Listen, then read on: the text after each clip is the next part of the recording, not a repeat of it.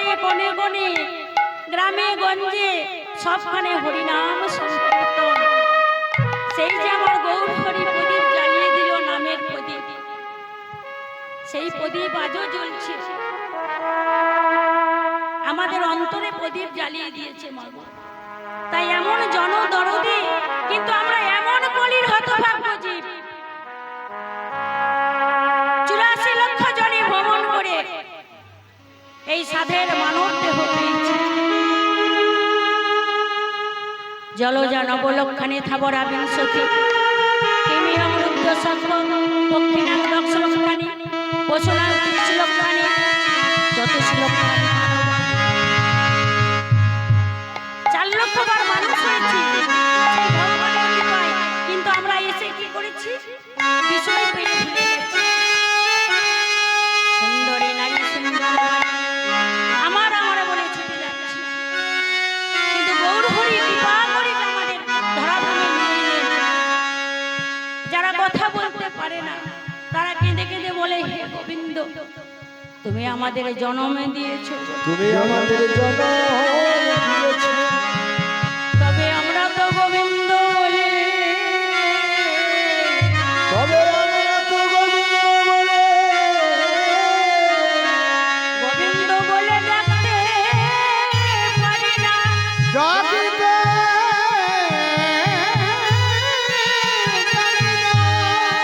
যাদের তুমি দুটি বাহু দিলে কৃষ্ণ ভক্ত আলিঙ্গন করবার জন্য, আলিঙ্গন করবার জন্য, দুটি নয়ন দিলে, তোমার রূপ দর্শন করবার লাগে, দুটি চরণ দিলে,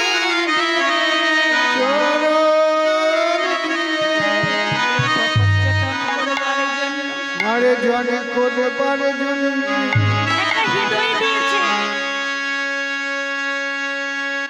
কৃষ্ণ ভক্ত কৃষ্ণ ভক্ত হবার জন্য। আমরা এমন হতভাগ্য যে আমরা হতভাগ্য জীব। গৌরকে আমরা চিনলাম না, কিন্তু সে যে মধুমাখা নাম নিয়ে এলো মাগো, সেই মধুমাখা হরি নাম একবার বললেই আমরা উদ্ধার হয়ে যাব। ধ্যান তপস্যা যাগযজ্ঞর কিচ্ছু দরকার নেই, শুধু মুখে বলো হরি নাম।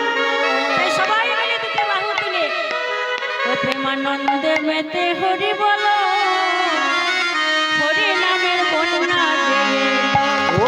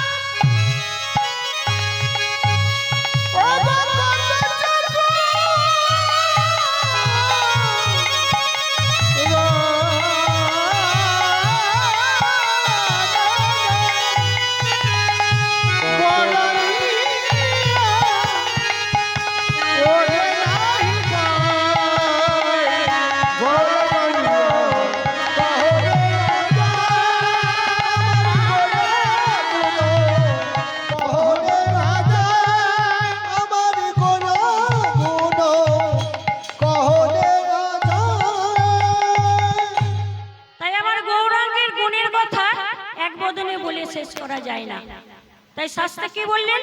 হরে কৃষ্ণ। বেদ বিদ্যা সরদর্শন জানত, সে যদি আমার গৌরাঙ্গ নাহি ভজে, সে যদি